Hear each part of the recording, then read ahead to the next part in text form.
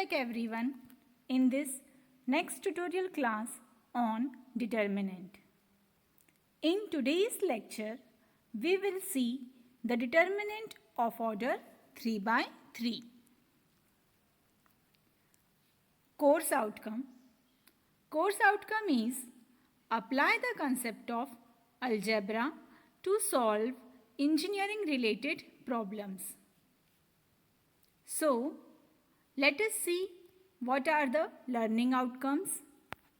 So, after watching this video, students will be able to know what is the determinant of order 3 by 3 and how to solve determinant of order 3 by 3. So, first let us revise what we have learned in the previous lecture. We have learned what is the determinant of order 2 by 2. Last lecture में हमने देखा कि determinant of order 2 by 2 किसे कहते हैं और determinant of order 2 by 2 किस तरह से सॉल्व किया जाता है. So let us start our today's class of determinant. Determinant of order 3 by 3. ठीक है, आज हम देखेंगे determinant of order 3 by 3. Okay, तो सब में पहले अब हम यहाँ पर हमें कैसा डिटर्मिनेंट चाहिए जिसका ऑर्डर क्या हो 3 बाई 3 हो. तो हम D equal to A1 A2 A3 B1 B2 B3 C1 C2 C3. ठीक है, हमने इसके पहले कैसे डिटर्मिनेंट का ऑर्डर फाइंड आउट करना सीखा है 2 बाई 2 का, like this A1 A2 B1 B2. तो कैसे चेक करते हैं ऑर्डर, देखते हैं कितने रो हैं. तो ये होगा हमारा फर्स्ट रो 1 और ये है हमारा रो 2. ठीक है, और वैसे ही जो हॉरिजॉन्टली आड़े में रहता है उसे कहते हैं रो, और जो खड़े में रहता है, ठीक है, लाइक दिस, ठीक है, इसे कहते हैं कॉलम. तो ये खड़े में है ना वर्टिकली, तो ये कहलाएगा कॉलम 1 और ये कॉलम 2 सपोज. ठीक है, वैसे ही यहाँ पर भी इस डिटर्मिनेंट के लिए भी देखिए रो देखते हैं पहले कितनी रोज है यहाँ पर. तो रो कैसे देखते हैं हम हॉरिजॉन्टल में, ठीक है, आड़े में. तो ये देखिए ये हॉरिजॉन्टली, ये हो गया हमारा रो 1, ये हो जाएंगी हमारी रो 2. ठीक है, और ये है हमारी, ठीक है, ये है हमारी रो 3. ओके, ये 3 रोज है. अब हम कॉलम चेक करते हैं. तो कैसा डिटर्मिनेंट है हमारा A1 A2 A3 B1 B2 B3 C1 C2 C3. ठीक है, अब कॉलम चेक करेंगे. अब हम तो कॉलम कैसे चेक करते हैं, वर्टिकली, खड़े में, याद रखेंगे. ओके, तो ये वर्टिकली, तो ये हो जाएंगी हमारी फर्स्ट कॉलम, ये हमारा है कॉलम 1. ठीक है, इसके बाद ये आएगा हमारा कॉलम 2. कौन सा कॉलम हुआ, कॉलम 2. अभी फिर से वर्टिकली है, खड़े में है, तो ये है हमारा कॉलम 3. कितने रोज हैं यहाँ पर 3 कॉलम है। इसका मतलब डिटर्मिनेंट का ऑर्डर कैसा है? 3/3। ठीक है, जैसे 2/2 पढ़ा था बिल्कुल वैसे ही 3/3। तो ये इस टाइप से आता है 3/3 ऑर्डर डिटर्मिनेंट। इसमें भी फिर से जो हमारा डिटर्मिनेंट है A1, A2, A3, B1, B2, B3, C1, C2, C3।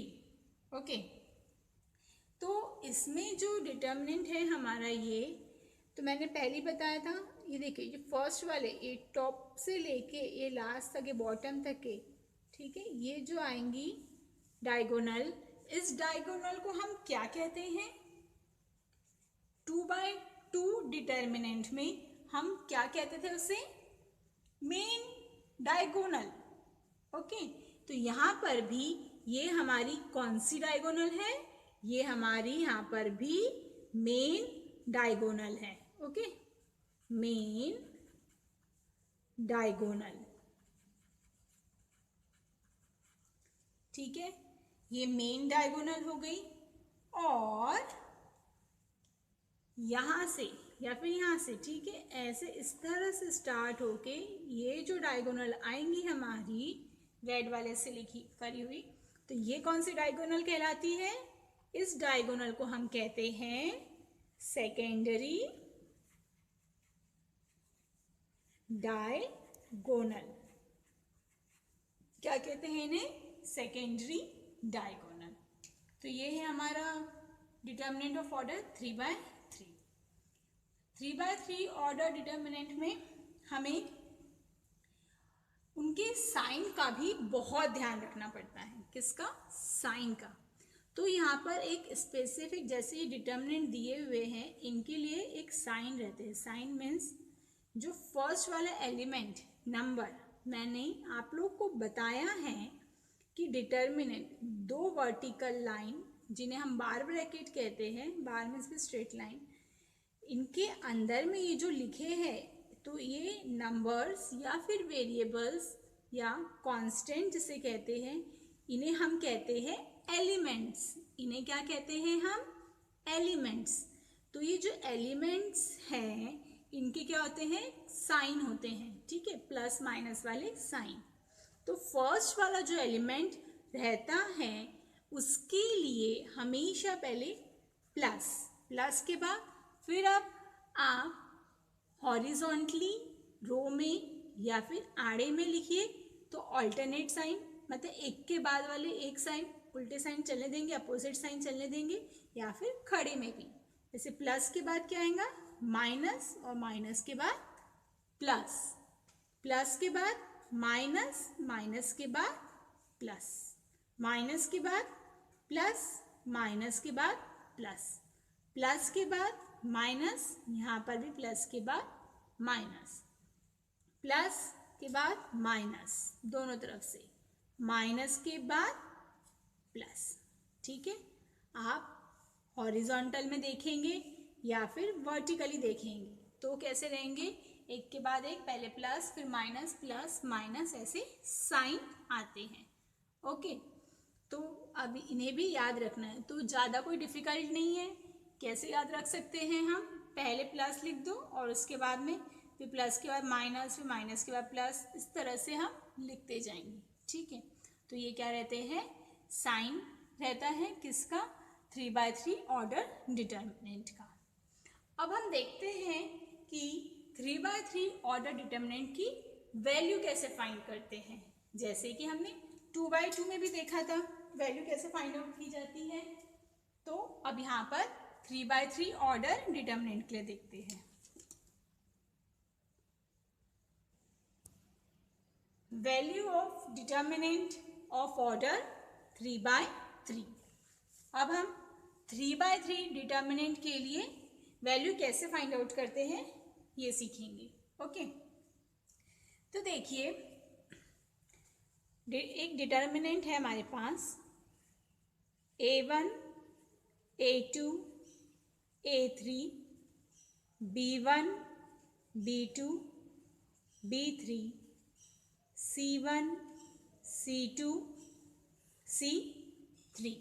ठीक है, अब इस डिटर्मिनेंट की वैल्यू फाइंड आउट करना है। तो इसकी वैल्यू फाइंड आउट करना है तो देखिए पहली स्टेप क्या है।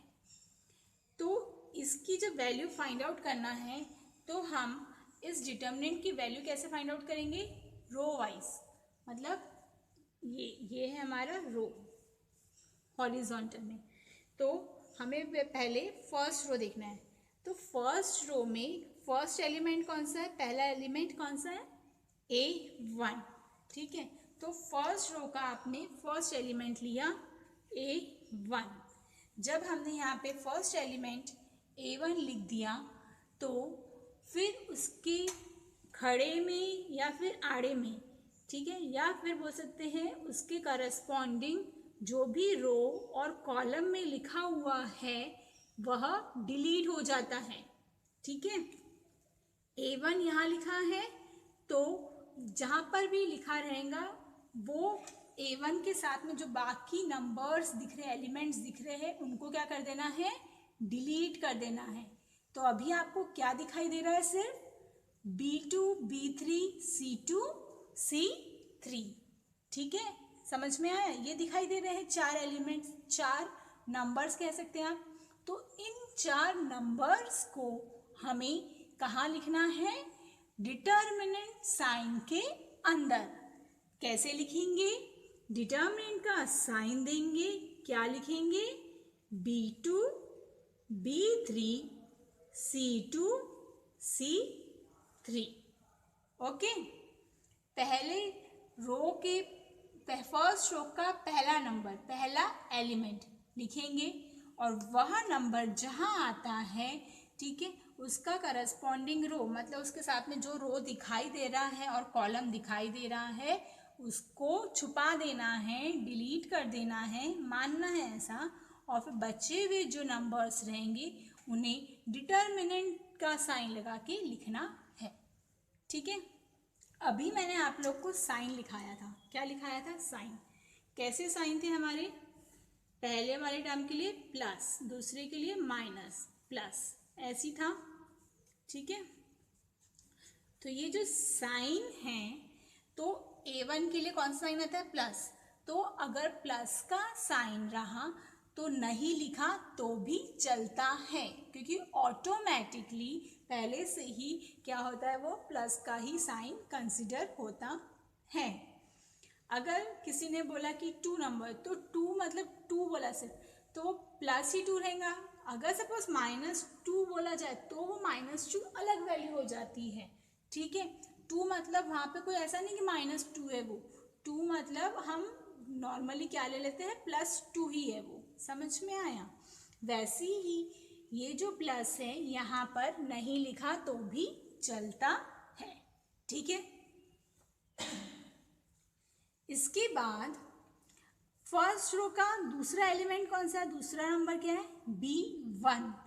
और यहाँ पर देखिए ये जो फर्स्ट रो है उसमें दूसरा वाला साइन, सेकेंड वाला साइन, वो क्या है, माइनस। तो यहाँ पर कौन सा साइन लगाएंगे अब हम, माइनस, और फिर क्या लिखेंगे हम, B1। क्या लिखेंगे, B1 लिखेंगे। ठीक है, हम फर्स्ट रो के ये 3 नंबर्स को, 3 एलिमेंट्स को ले रहे हैं। ठीक है, और ये वाले साइन। ओके, तो हमने B1 लिख दिया। फिर से वही कंसेप्ट, क्या कंसेप्ट, B1 जहाँ आया है उसके आजू बाजू वाले नंबर्स को क्या कर देना है, हटा देना है, छुपा देना है या फिर डिलीट करना है। B1 का है करस्पॉन्डिंग रो, उसका जिस रो में आया है और जिस कॉलम में आया है उसको हटा देना है। तो B1 इस रो में आया है और इस कॉलम में आया है, तो इनको हमने हटा दिया। तो उसके बाद हमारे पास क्या क्या रिमेनिंग रह गया, A2, A3। तो पहले देखो क्या है, पहले A2, A3 है, तो आपने डिटर्मिनेंट का साइन लगाएंगे और पहले A2 और A3 ही लिखेंगे। ठीक है, लिखते समय गड़बड़ नहीं करना है। और फिर उसके बाद में क्या है, C2, C3। तो सेकेंड वाले कॉलम में क्या आएगा यहाँ पर C2 C3, डिटर्मिनेंट कंप्लीट। ठीक है, जहाँ पर B1 आएगा वो वाला रो और वो कॉलम को आपको इस तरह से छुपाना है या फिर मानना है कि हमने उसे डिलीट कर दिया, और जो बचे हुए एलिमेंट्स रहेंगे, रिमेनिंग एलिमेंट्स रहेंगे, उन्हें डिटर्मिनेंट में लिखना है। ओके, उसके बाद हमारा ये जो थर्ड एलिमेंट है वो क्या है C1, और उसके लिए साइन कौन सा है हमारे पास? हमारे पास साइन है प्लस का।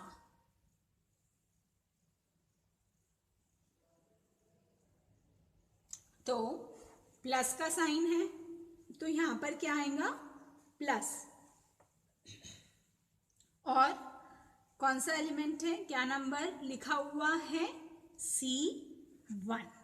ठीक है, अब फिर से क्या करना है, जहाँ पर C1 आया है वो रो और वो कॉलम को हटा देना है। ठीक है, इस तरह से हमने उसे हटा दिया, तो क्या रिमेनिंग रहा A2 A3 B2 B3। ठीक है, ध्यान से देखिए केयरफुली, और इन चार एलिमेंट्स को और नंबर्स को हम कहाँ लिखेंगे? डिटर्मिनेंट साइन के साथ में यहाँ पर हमें उसे लिखना है। तो हमने डिटर्मिनेंट का साइन लगाया, पहले क्या है A2 A3 और फिर है B2 B3, डिटर्मिनेंट का साइन कंप्लीट। ठीक है, देखिए वही लिखा हमने। तो इस तरह से हम क्या करते हैं, 3/3 ऑर्डर डिटर्मिनेंट की वैल्यू फाइंड आउट करते हैं। This is a most important step, बहुत ज़्यादा इम्पॉर्टेंट स्टेप है ये।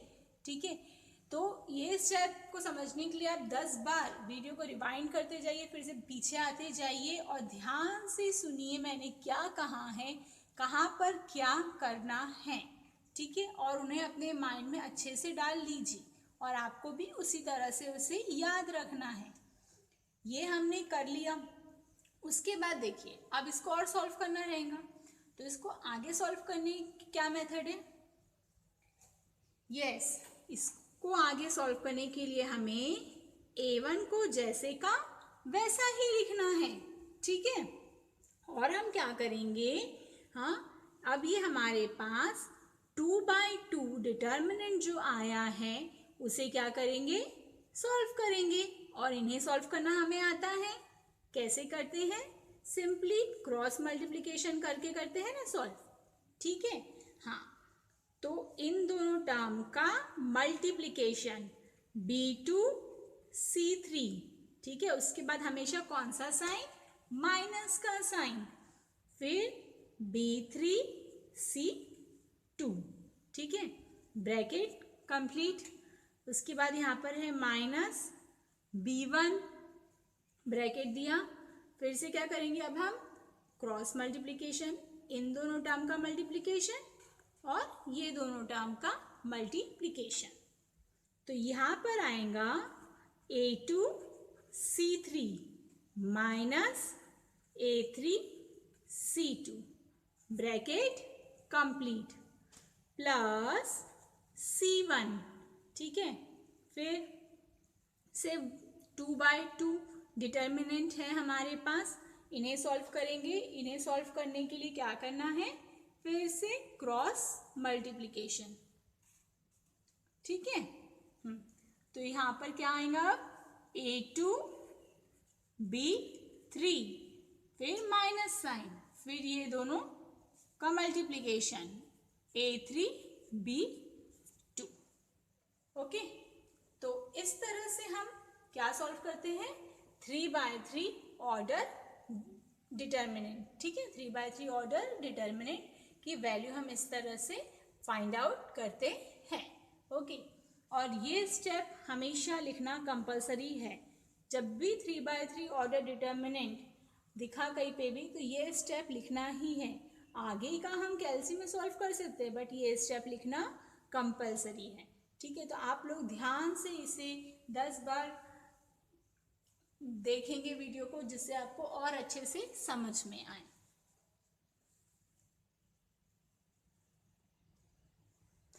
इसे अब समझने के लिए और अच्छे से हमें क्या सॉल्व करना पड़ेगा, कुछ प्रॉब्लम सॉल्व करने पड़ेंगे। तो ये प्रॉब्लम सॉल्व करेंगे हम, तो जिससे कि आपके कंसेप्ट और अच्छे से क्लियर हो जाएंगे। ठीक है, तो पहले आप कंसेप्ट को ध्यान से समझ लीजिए, फिर अब हम उसके बाद में प्रॉब्लम को सॉल्व करना सीखेंगे।